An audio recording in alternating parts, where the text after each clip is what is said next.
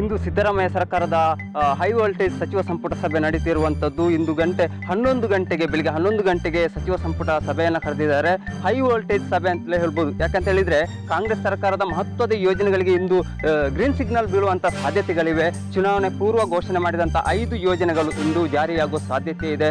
ಇಡೀ ರಾಜ್ಯದ ಜನತೆಯ ಚಿತ್ತ ಈ ಸಭೆಯ ಮೇಲಿದೆ. ಯಾಕಂತ ಹೇಳಿದರೆ ಈ ಮಹಿಳೆಯರಿಗೆ ಉಚಿತ ಪ್ರಯಾಣ, ಅದೇ ರೀತಿ 10 kg ಅಕ್ಕಿ, 200 ಯೂನಿಟ್ ವಿದ್ಯುತ್ ಫ್ರೀ, ಈ ರೀತಿಯ ಒಂದೊಂದು ಯೋಜನೆಗಳು, ಒಟ್ಟು 5 ಯೋಜನೆಗಳನ್ನ ಇವರು ಘೋಷಣೆ ಮಾಡಿದ್ರು. ಆ ಎಲ್ಲ ಯೋಜನೆಗಳಿಗೆ ಇವತ್ತು ಗ್ರೀನ್ ಸಿಗ್ನಲ್ ಸಿಗುವ ಸಾಧ್ಯತೆ ಇದೆ.